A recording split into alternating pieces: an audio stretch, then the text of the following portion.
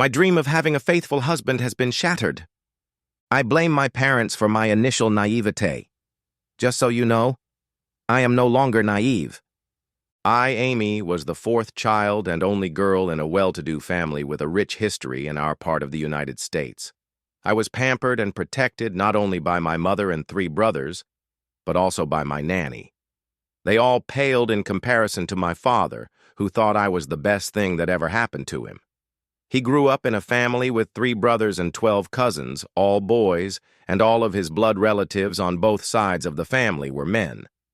Spoiled couldn't describe my condition by the time I was 12, although the word brat was inapplicable, because even though I was spoiled, I was nice to everyone, especially my family, and never threw tantrums. The only thing I couldn't find common ground with my family, especially my father, was in the matter of dating. Teenage boys are scum, my father was fond of saying. I know.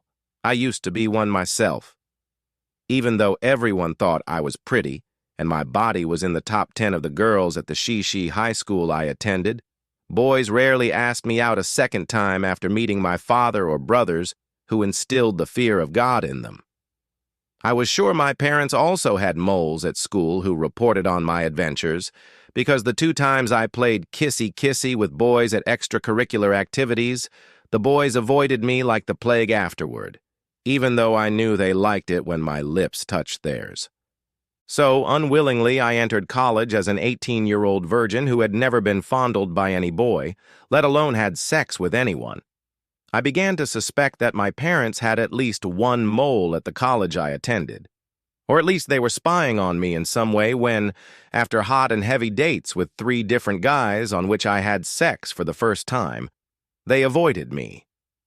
I decided to take my sex life into my own hands, and without my parents' knowledge, I transferred to another college after my first semester.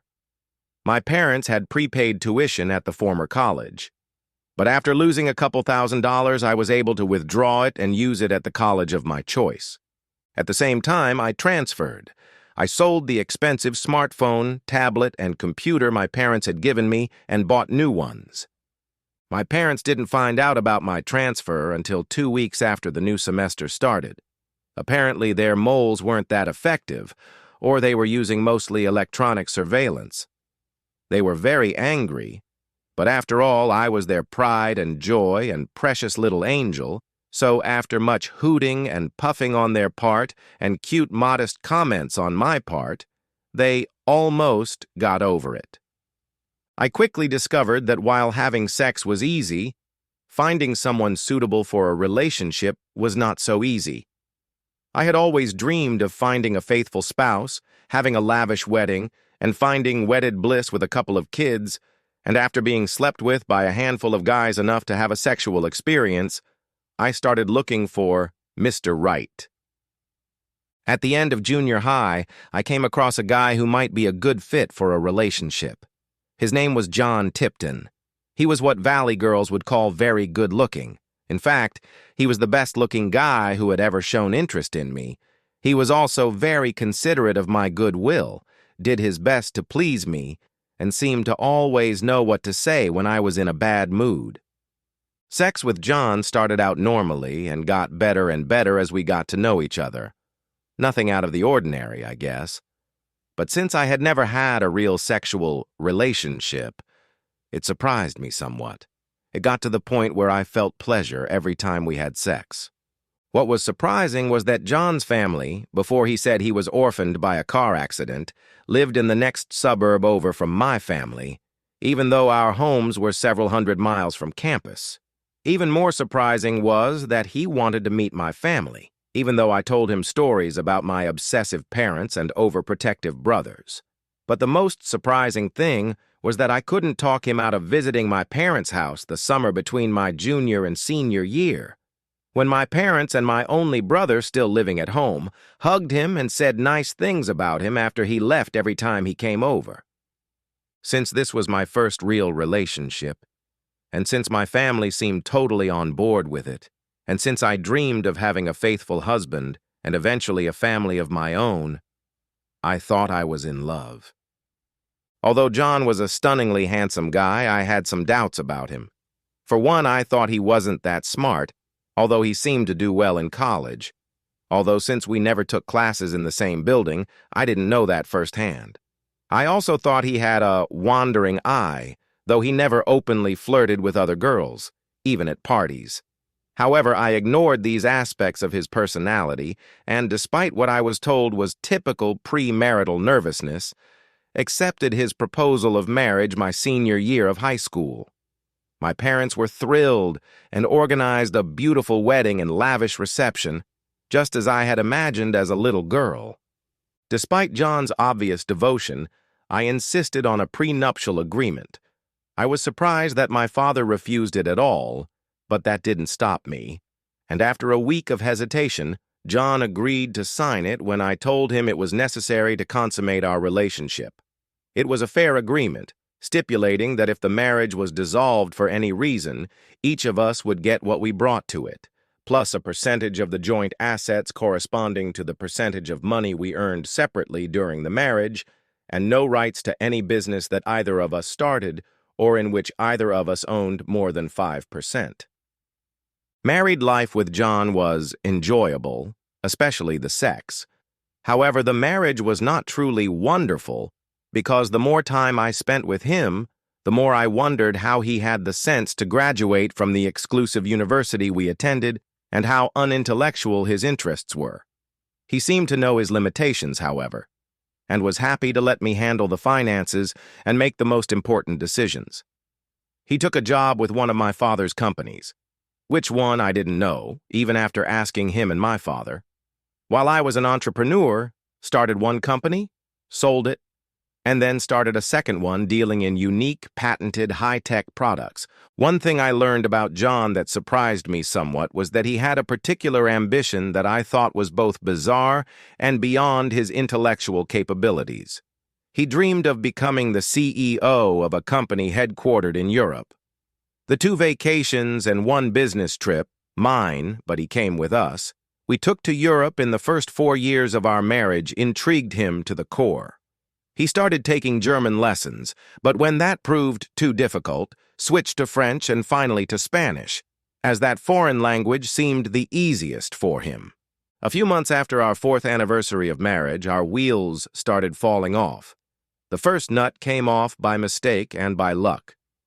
One Saturday, while John was out of the house, I opened the mail, and there was a letter from a community college located in the same town where John and I attended the university we graduated from.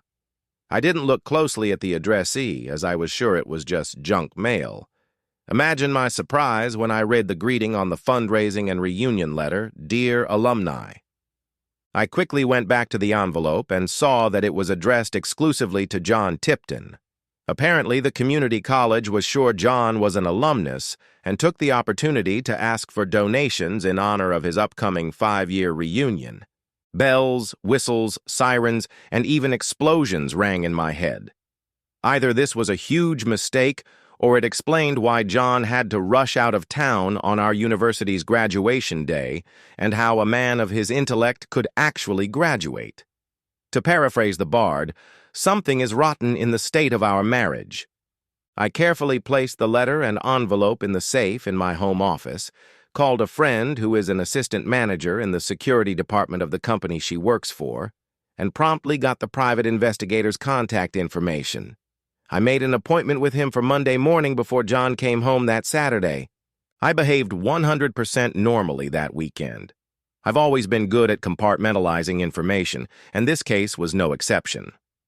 After meeting with a private investigator on Monday, her firm began a full background check on John, which even included electronic surveillance and tailing him if necessary. If his undergrad at the university I graduated from was fraud, what else was going on in his life? It could be anything and everything.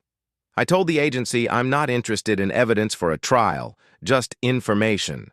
I don't know how the detective agency got all the information, and I don't want to know. However, within 3 weeks, I found out that John had not attended any post-secondary educational institutions other than the community college that had sent him an invitation, that the modest dues, room, and board at the community college were paid for by some third party. that his job at one of my father's companies was low-skilled, and that 1 or 2 days a week he dined out by going to various entertainment establishments around town. The day the detective agency gave me the report, I went to get tested for venereal disease, and that evening, tearfully informed John that I had just been diagnosed with a serious illness that was contagious and required me to sleep in a separate bedroom. He swallowed this like a fish to a worm. Perhaps acting will be my next profession, I chuckled to myself. Well, actually, chuckled wasn't the right word. I was not at all happy that my marriage was falling apart. Lying in bed that night, instead of trying to sleep, I forced my mind to start working logically, without emotion. I came to the scary conclusion that the whole scenario with John seemed to have been set up by my parents, primarily my father. I had to find out for sure.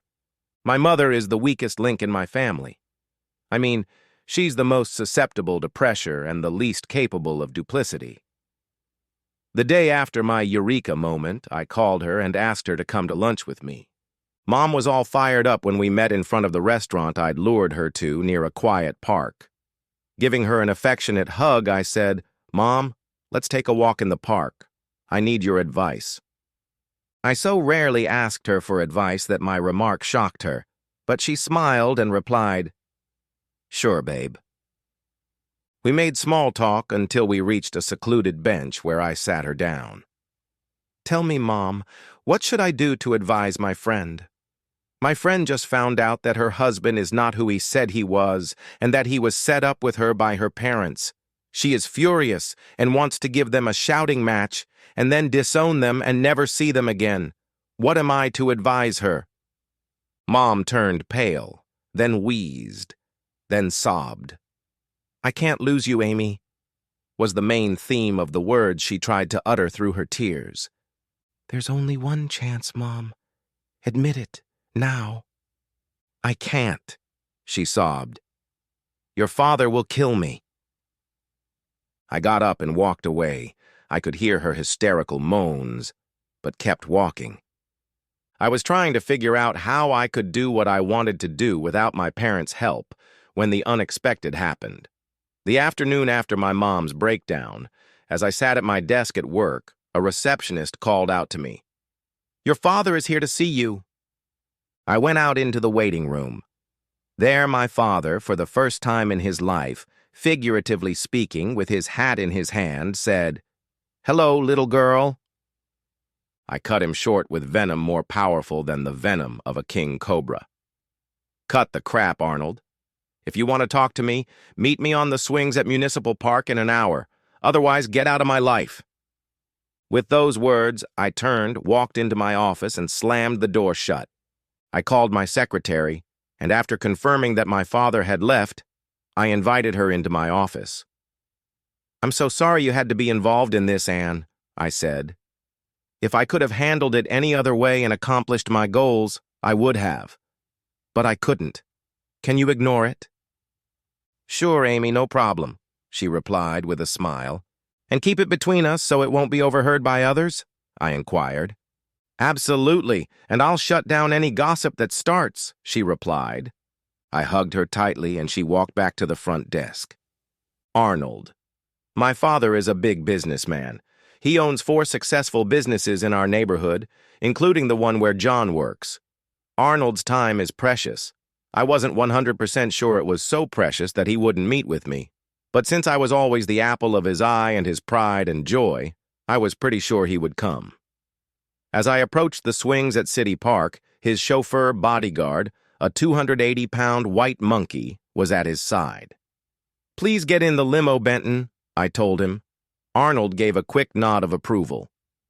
"Let's sit on that bench, dear Daddy," I snorted, pointing to the nearest park bench. "I don't know where this hostility is coming from, Amy, but it has to stop," started to say Arnold, but I interrupted him. "Or what, Arnold? The way I'm feeling right now, I might as well cut you, my mom, and all my brothers who know about your meddling out of my life. If you say one more word that makes me think you're in charge, I'm gone forever. Do you understand?" I said this in a loud voice and with the meanest look I was capable of. After a brief pause, during which Arnold struggled to decide where to look given my evil stare, he muttered, "Okay, Amy." "Why did you come to my office?" I asked. "Because your mother was very upset with you yesterday and insisted that I clarify some misconceptions you may have," he began, not looking me in the eye very confidently. I interrupted him again. "You don't need to explain misconceptions, Arnold. I know in general terms what's going on. Either confess or get out. Don't waste my time with lies passed off as delusions. Either you confess and help me, or this is the last time we'll talk. Ever." For the first time in my life, I thought I saw a look of defeat appear on my father's face. I guess he really did love me. He was just completely deluded. "Okay," he finally muttered. "Before I begin, I want you to know that Mom and I love you wholeheartedly and have always wanted to do what we thought was best for you." My dad then went on to talk about how they followed me through high school and college, how they paid John to get close to me and supported him in community college when he pretended to go to the same university as me, how they thought he was good for me because he was very cute and a nice guy but I could control him, and how my dad got him a low-level job but paid him a mid-level salary. In conclusion, my dad said, "John really loves you, you know, even though he originally only started out as our spy." "Then why does he regularly visit call girls?" I asked, with an indifferent expression on my face. "He wouldn't do that," my father replied indignantly. After I showed my father the complete file of the private investigator's firm, and he was able to go through it completely, I even thought tears came to his eyes. "I'm sorry," he muttered. My determined reply, "You sure know how to pick the right guy for me, don't you, Daddy?" "Well, if you're really sorry, here's what you'll do." A week after my conversation with my dad, John came home from work as excited as I had ever seen him. Amy, I have great news." "What?" I asked. "I got an email from a headhunter in Barcelona who is wondering if I want to become CEO of one of the companies there." "Barcelona, Spain?" "Yes, isn't that exciting?" "Show me the letter," I said, holding out my hand. He pulled it out of his jacket pocket and slipped it eagerly into my hand. "It's in Spanish," I thought. "Of course it's in Spanish. Let me translate it for you," he purred. John had only a general command of Spanish, but he managed to convey the general idea of the letter. Minus the platitudes and pure nonsense, the gist of the letter boiled down to the following. "We have been informed by someone we respect that you may be a suitable candidate for the position of CEO of XYZ S.A., headquartered in Barcelona, Spain, with offices in Paris and Florence. If you are interested in this opportunity, which we believe will match your skills, please be kind enough to call the undersigned at the phone number provided. Yours truly, Alejandro Serra, Barmad Recruitment Agency." "Is this legal?" I asked in amazement. "Yes. I had one of the paralegals in our in-house legal team check out both this recruitment agency and XYZ. They both have great websites and D&B reports. I've already had a preliminary conversation with Alejandro." "That's great, John. But you should know that if you get this job, I'm not going with you, am I? I have my own life here." "But that's my dream, Amy. Why don't we just see how things go and you can decide if it comes true? In the meantime, I need to study Spanish hard." I have to say that I was very surprised by John's eagerness to learn Spanish and get a job. Not 3 weeks after he handed me the letter from the headhunter, he went for an interview in Barcelona. He was told to watch his expenses carefully and would be reimbursed afterward even if he didn't get the job, and Alejandro suggested he fly first class and stay at the nicest hotel in Barcelona to make the best impression on XYZ's board of directors. John came back from Barcelona absolutely thrilled. "Amy, I think I made a great impression on them and will get the job. Also, I have to show you pictures of the apartment that is part of the job, as well as the car and yacht I will have at my disposal and the office I will have." John enthusiastically showed me pictures. Some he had taken himself, others were provided to him. of very luxurious accommodations, both residential and commercial. He also had a letter in Spanish, which he had professionally translated into English, outlining the CEO's responsibilities, the assistants he would have at his disposal, pictures of the Paris and Florence offices, and exemplary travel arrangements to the Paris and Florence offices. "Isn't this great?" he exclaimed. "John, this is as good a time as any to tell you about it. The illness that caused me to suspend our intimacy is chlamydia.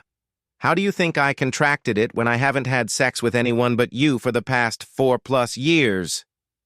John was taken aback for a moment. "I don't know. Maybe you've had sex with someone else. You just don't want to admit it," he finally defended himself.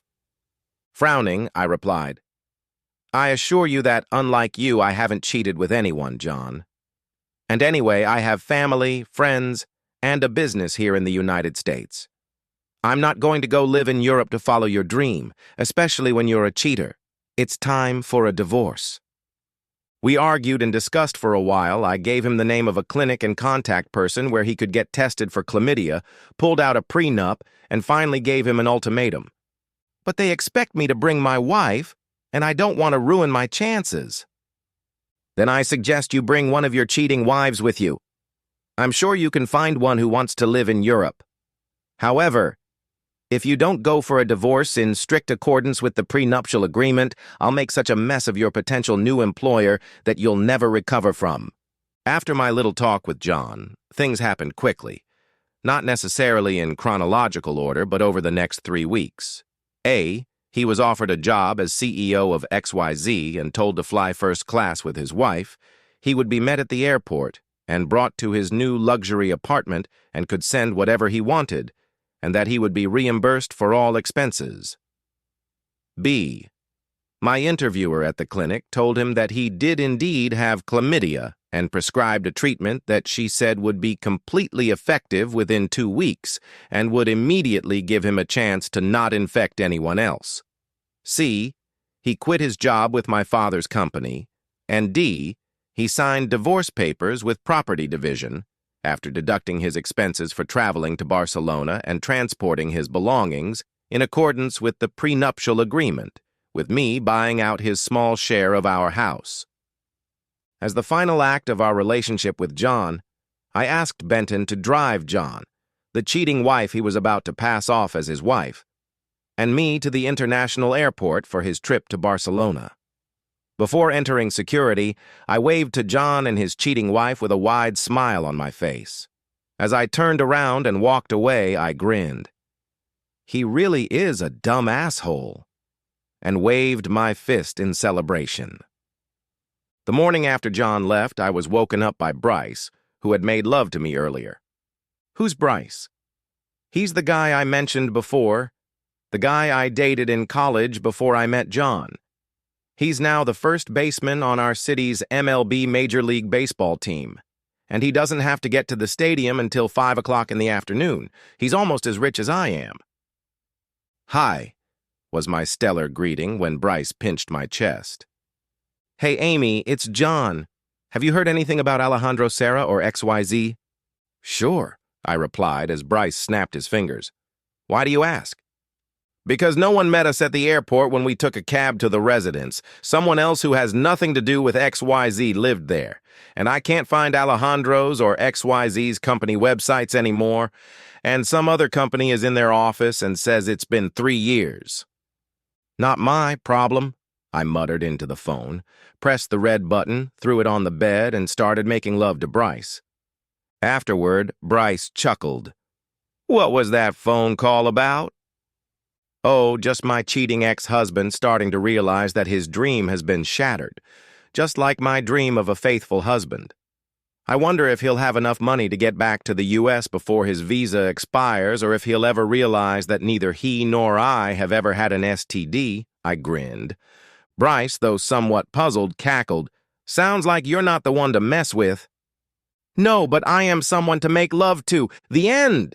Subscribe to my channel. Thank you."